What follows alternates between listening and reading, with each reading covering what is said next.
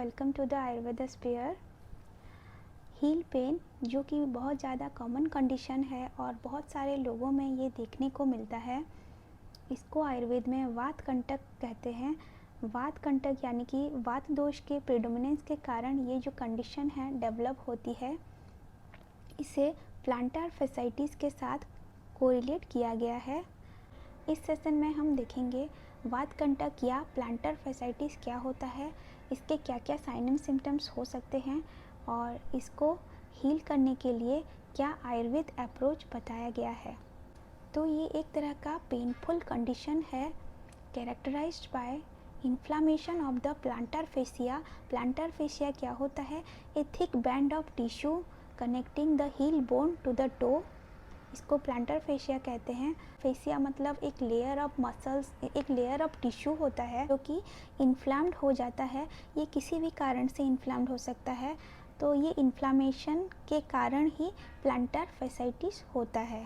तो यहाँ पे आयुर्वेद कहता है कि वात दोष के विशेषण के कारण ही ये कंडीशन डेवलप करता है।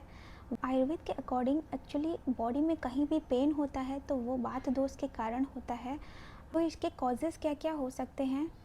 Flat feet, over activity, standing, running या फिर कोई भी मस्कुलर एक्टिविटी के कारण भी ये हो सकता है। कैल्केनियल स्पर, कैल्केनियल स्पर यानी कि एक छोटा सा ग्रोथ जो कि हमारे हील बोन में होता है, जिसे कि कैल्केनियल बोन कहते हैं, वो ओवर एक्टिविटी के कारण होता है।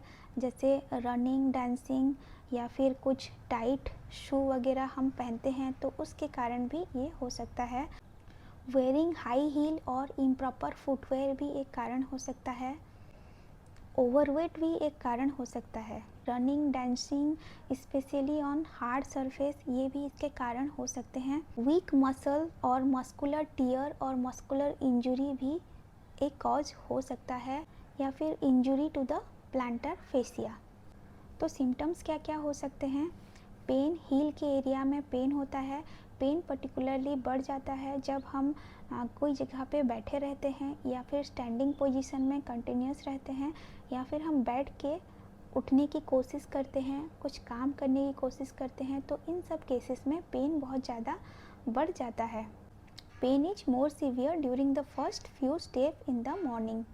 कुछ स्टेप हम चलेंगे बेड से उठने के बाद तो वहाँ पे भी काफ़ी ज़्यादा पेन देखने को मिलता है। अब आते हैं हम इसके ट्रीटमेंट के बारे में। आयुर्वेद में ये दो तरह के अप्रोच होते हैं इसको ट्रीट करने के लिए या इसको हील करने के लिए।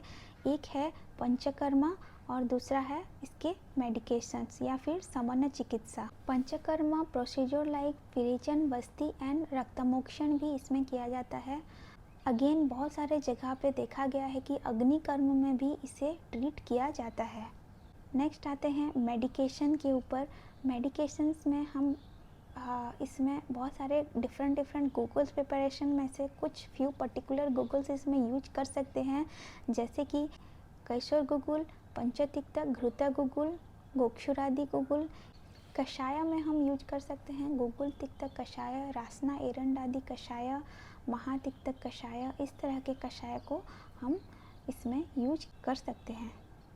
ऑयल प्रिपरेशन की जब बात आती है तो इसमें काफ़ी सारे वाइड रेंज ऑफ ऑयल हैं जो कि यूज कर सकते हैं, जैसे Murivenna oil, Vishagarbha oil, Neerkundi oil, Mahanarayan oil. इस तरह के बहुत सारे ऑयल हैं जो कि इसमें एक्सटर्नल एप्लीकेशन में यूज कर सकते हैं।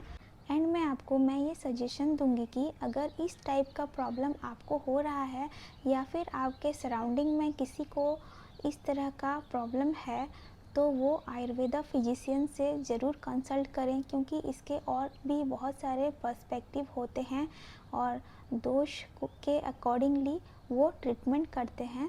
सो एक फिजिशियन ही प्रॉपर प्रोटोकॉल के साथ कौन सा मेडिसिन देना है वो आपको देता है और उस कंडीशन को ट्रीट कर सकता है।